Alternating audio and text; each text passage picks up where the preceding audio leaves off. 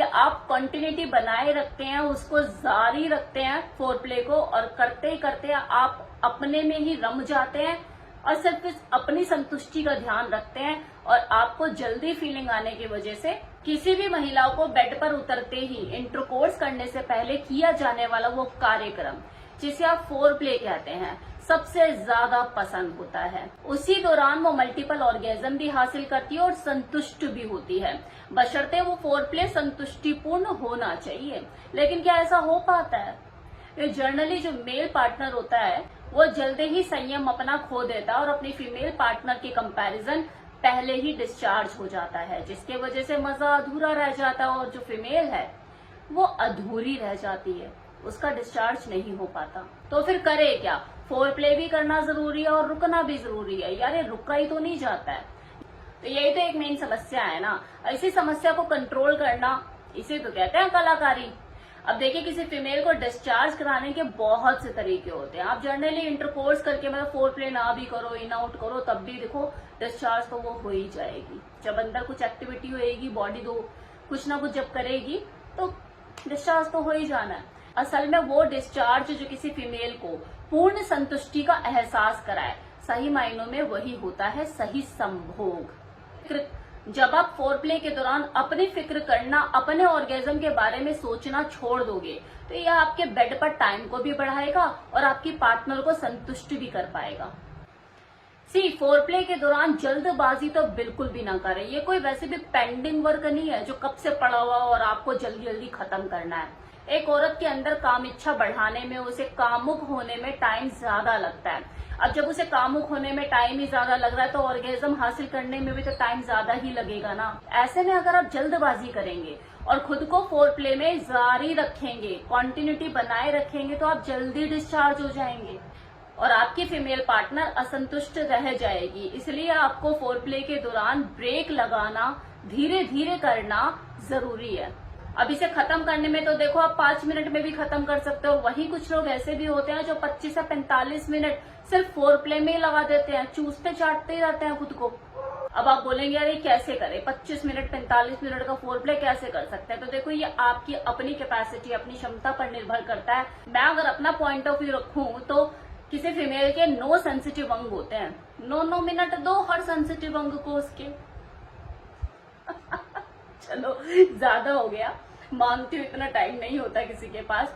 कम से कम 3 से 4 मिनट हर एक बॉडी पार्ट को उसके दो, उसे सहलाओ, उसे सक करो, किस करो, उसे मतलब उसके साथ लिकिंग करो, उसके साथ प्ले करो। आपकी फीमेल पार्टनर तो अराउजल महसूस करेगी, आपके अंदर भी उत्तेजना बढ़ेगी। बस आपको अपनी उत्तेजना को उस दौरान कंट्रोल करके रखना है। उंगलियों का उपयोग कीजिए, उसके अंदर एक्साइटमेंट पैदा कीजिए, अपनी जीभ का उपयोग कीजिए। बहुत कुछ होता है फोर प्ले के दौरान करने के लिए, उसके अंदर एक्साइटमेंट पैदा करने के लिए, उसको मल्टीपल ऑर्गेजम हासिल कराने के लिए, उसके अंदर सेंसिटिविटी क्रिएट। उसके तो हर अंग कामुक है, सेंसिटिव है। ऊपर वाले ने तो पहले से सिस्टम करके भेजा है, आपको तो बस स्विच ऑन करना है। उसके लिए आप उंगलियों का अपना यूज कर सकते हो, अपनी टंग का यूज कर सकते हो। उसकी बॉडी को अच्छे से सहलाओ, उसको किस करो, उसके साथ प्ले करो, और सेंसिटिविटी जो उसकी बॉडी में ऑलरेडी मौजूद है उसको चार्ज करो। उसको स्पर्श करते हुए अपनी स्पीड को कम ज्यादा करते रहो, बातचीत बनाए रखो। करो जो भी करो उसके हिसाब से करो, जिस तरह से उसे चाहिए, जो उसकी चाहत है, जो उसकी पसंद है, और करते हुए उसके इशारे भी समझने की कोशिश करो। क्योंकि कितनी महिलाएं ऐसी होती है जो झिझकती है, शर्माती है, खुलकर अपने अंदर की जो चीजें होती हैं वो बता नहीं पाती कि उन्हें किस तरह से सेक्स करना पसंद है, उन्हें क्या चाहती हैं कि आप उन्हें कहाँ टच करो। लेकिन उनके इशारे बोलते हैं, पढ़ने वाली वो आपकी वो नजर होनी चाहिए। मानवता को महसूस करोगे तभी हो पाएगा। अगर ये सोचोगे कि हाँ मैं किसी खिलौने के साथ लगा हुआ हूं तो नहीं हो पाएगा। लेकिन आप उसे जीता जागता इंसान समझ के वो मानवता महसूस करते हो, उसके साथ आलिंगन करते हो और फोर प्ले करते हो, तो उसके इशारे समझ पाओगे। सारी चीजें करोगे तो आपके रोमांस का टाइम लंबा होगा और आपकी जो फीमेल पार्टनर है वो ज्यादा संतुष्ट होगी। उसकी पसंद का ख्याल रखो। आप पूछ भी सकते हो कि तुझे किस तरीके से चीजों को करना पसंद है। कई बार पुरुष लोग होते हैं कि जिन्हें फर्क ही नहीं पड़ता कि हाँ मेरी जो फीमेल पार्टनर है उसे किस तरीके से चीजें करना पसंद है, वो अपने हिसाब से करते हैं, अपने हिसाब से उठा पटक करेंगे और खत्म करके अपना निकल लेंगे, निपटा लेते हैं खुद को, हाँ फ्री हो गए। और उन्हें ये लगता है कि वो भी फ्री हो ही गई होगी, सब कुछ हो तो गया हमारे बीच में जो होता है। लेकिन यही सबसे बड़ी वजह होती है उसकी असंतुष्टि की, क्योंकि आप अपने आप में खुद में बहुत कुछ अज्यूम कर लेते हो कि हाँ मैं संतुष्ट हो गया तो वो भी हो ही गई होगी। कि अगर कोई फीमेल संतुष्ट नहीं हो पाती है तो इसके पीछे और भी कई तरह की वजह हो सकती है जो अक्सर लोग इग्नोर करते हैं। जैसे मूड का अच्छा न रहना, बिना मूड के आप सेक्स कर रहे हैं तो असंतुष्टि तो बनी रहेगी ना, क्योंकि मूड का सेक्स से डायरेक्ट कनेक्शन है। अब सेक्स छोड़ो, आप और भी कोई काम करते हो तो आप देखोगे कि यार मूड अच्छा नहीं है तो वो काम अच्छे से नहीं हो पाता, तो सेक्स क्या खाक अच्छे से होगा। तो मूड का अच्छा होना बहुत जरूरी है। जिस दिन मूड अच्छा नहीं है उस दिन सेक्स मत करो, ज्यादा बेटर है, क्योंकि उससे आपको कुछ नहीं मिलने वाला, ना शारीरिक सुख ना मानसिक सुख, कुछ नहीं। दूसरा, जल्दबाजी में सेक्स बिल्कुल ना करें। ये तो मैंने अभी पहले भी एक्सप्लेन किया है ना आपको कि इसे पेंडिंग वर्क की तरह ना समझें, अच्छा टाइम लेकर ही बेड पर उतरें।